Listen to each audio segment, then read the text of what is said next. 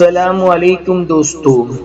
اکثر حاصل اور لا حاصل چیزوں کا درد تمہاری زندگی کا روگ بن کر تمہیں مایوسی کی گہری کھائیوں میں دھکیل دیتا ہوگا اور صبر کا بندھن ٹوٹ کر سوالات کی الجھن تمہیں بے صبر بنا دیتی ہوگی، اور پھر تم معاملے کی حقیقت کو نہ سمجھنے کی وجہ سے شک میں پڑ جاتے ہوں گے، اور تم جان نہیں پاتے کہ جن چیزوں کے حصول کے لیے تم دن رات دعائیں کر رہے تھے، تہجد کے لیے سجدے میں روتے گڑ گڑاتے تھے، رب کو منانے کے لیے اپنے اشک کو بہاتے تھے اور اپنی من پسند چیز حاصل کرنے کے لیے ہر ممکن تدبیر کر لیتے تھے، مگر پھر بھی خالی ہاتھ رہ جاتے ہو، پھر بھی کوئی کہانی بنتی نظر نہیں آتی، یا کوئی کامیابی کی صورتیں تمہیں نظر نہیں آتی، یا زندگی تمہیں دشوار نظر آتی ہے، تو سنو، اللہ تعالیٰ خود قرآن میں تم سے مخاطب ہے، دل شکستہ نہ ہو، نہ ہی غم کرو۔ حقیقت تو یہ ہے کہ اللہ تمہاری ساری باتوں کو سنتا ہے اور وہ نہایت ہی باخبر ہے۔ اصل حقیقت یہ ہے کہ زمین اور آسمان کی تمام جاندار اس کی ملک ہے، اور جس بات کا فیصلہ وہ کرتا ہے اس کے لیے وہ بس حکم دیتا ہے، ہو جاؤ تو وہ ہو جاتی ہے۔ جان رکھو کہ کچھ چیزیں ہماری مرضی سے ہٹ کر ہو رہی ہوتی ہے، اس کو جھیلنا پڑ جاتا ہے اور کچھ کو چھوڑنا پڑ جاتا ہے۔ زندگی میں اکثر تو صبر اور برداشت کرنا بھی بہت مشکل ہوتا ہے۔ زندگی میں جتنے بڑے خواب ہمارے ہوتے ہیں، زندگی اتنا ہی بڑا امتحان لیتی ہے، پر یاد رکھو کہ زندگی میں ہونے والی کوئی بھی چیز کبھی بھی بے وجہ یا اچانک سے نہیں ہوتی، کسی خاص مقصد کے تحت تم تک پہنچائی جاتی ہے۔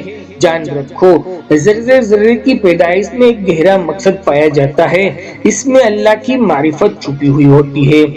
اس کی مثال حضرت موسیٰ علیہ السلام کے اس واقعے سے لے کہ جب وہ ایک بہترین اور خوبصورت کشتی میں سوراخ کر کے اسے بے عیب کشتی کو عیبدار بنا دیا تھا۔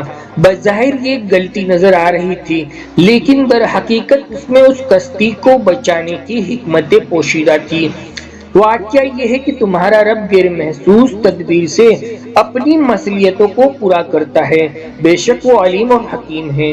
اصل میں تم صرف تعلق ٹوٹتا دیکھتے ہو نا، یا اپنا نقصان ہوا سمجھ رہے ہو نا، اور لمیٹڈ سوچ کے اندر ساری چیزوں کو سمجھ نہیں پا رہے ہو، تو سنو، سورہ بقرہ میں اللہ تعالیٰ خود فرماتا ہے، شاید ہو سکتا ہے کہ تم کسی چیز سے محبت کرتے ہو اور تم کسی چیز کو اپنے لیے اچھا سمجھتے ہو لیکن وہ تمہارے لیے اچھی نہ ہو، اور ہو سکتا ہے کہ تم کسی چیز کو اپنے لیے برا سمجھتے ہو لیکن اصل میں تمہارے لیے بری نہ ہو۔ اللہ سب جانتا ہے اور تم نہیں جانتے۔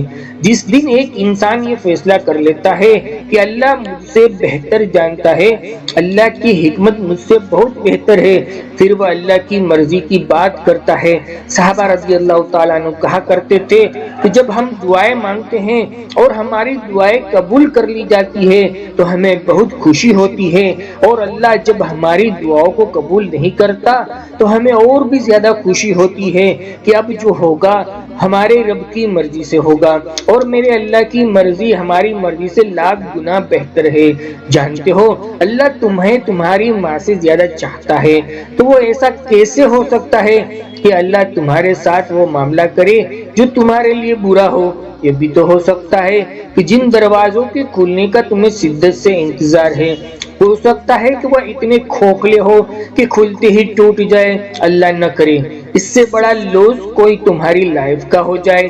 تم ان چیزوں کا غم ہرگز نہ کرو جو تمہیں حاصل نہیں۔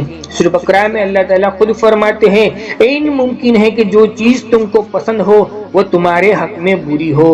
زندگی میں کئی بار ایسا ہوتا ہے جیسے تم سمندر کے بیچوں بیچ ڈوب رہے ہوتے ہو اور اللہ تعالیٰ آپ کا ہاتھ پکڑ کر آپ کو کنارے پر لے آتا ہے۔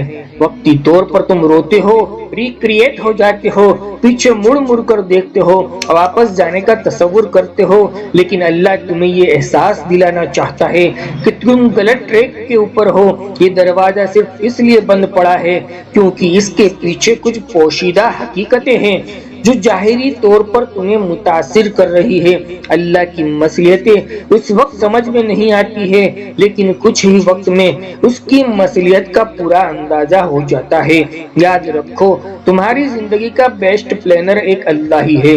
تمہیں کون سی چیزیں کب چاہیے کب دینی ہے اس کی بہترین حکمت عملی وہ کرنے والا ہے۔ اللہ فرماتا ہے ایک منصوبہ تم بناتے ہو اور ایک اللہ بناتا ہے، اور اللہ بہترین منصوبہ بنانے والا ہے۔ جب تم اللہ کے کاموں کی فکر میں خود کو فکر مند رہنے لگتے ہو نا تو مشکلات میں گر جاتے ہو، جبکہ اللہ اپنی مصلحتوں اور حکمت کا کوئی نہ کوئی سرا تم پر ضرور چھوڑتا ہے، مگر تم اس کو سمجھ نہیں پاتے۔ قرآن کہتا ہے اللہ جو کچھ چاہتا ہے مٹا دیتا ہے اور جس چیز کو چاہے وہ قائم رکھتا ہے۔ تم خود کو ہرگز ہلکا نہ کرو، وہ تو اتنا رحمان ہے کہ تم اپنے لیے صرف ایک قطرے کی خواہش رکھتے ہو لیکن وہ تمہیں پورا سمندر عطا کرنا چاہتا ہو۔ بعض دفعہ کوئی شکست ایسی بھی ہوتی ہے جس کے دامن میں فتح سے زیادہ کامیابیاں چھپی ہوتی ہے، اور کبھی کبھی سب سے خستہ حال راستے سب سے خوبصورت منزل کی طرف لے جاتے، اور اگر تم بار بار اس خوف میں مبتلا ہو جاتے ہو کہ جو چیزیں تمہارے دل کا سکون ہے یا جو چیز تم چاہتے ہو وہ تم سے چھین نہ جائے یا تم سے ناراض ہو کر چھوڑ نہ جائے، یاد رکھو جب عطا کرنے والی ذات اللہ کی ہے تو لوگوں کی کیا اوقات کہ تم سے کچھ چھین سکے۔ تم اپنے دل کی بے کلی اور امتنان سے خود کو کمزور نہ پڑنے دو۔ قرآن میں اللہ فرماتا ہے اللہ جس چیز کو تمہارے قریب کر دے اس میں حکمت تلاش کرو، اور جس چیز کو تم سے دور کر دے اس پر صبر کرو۔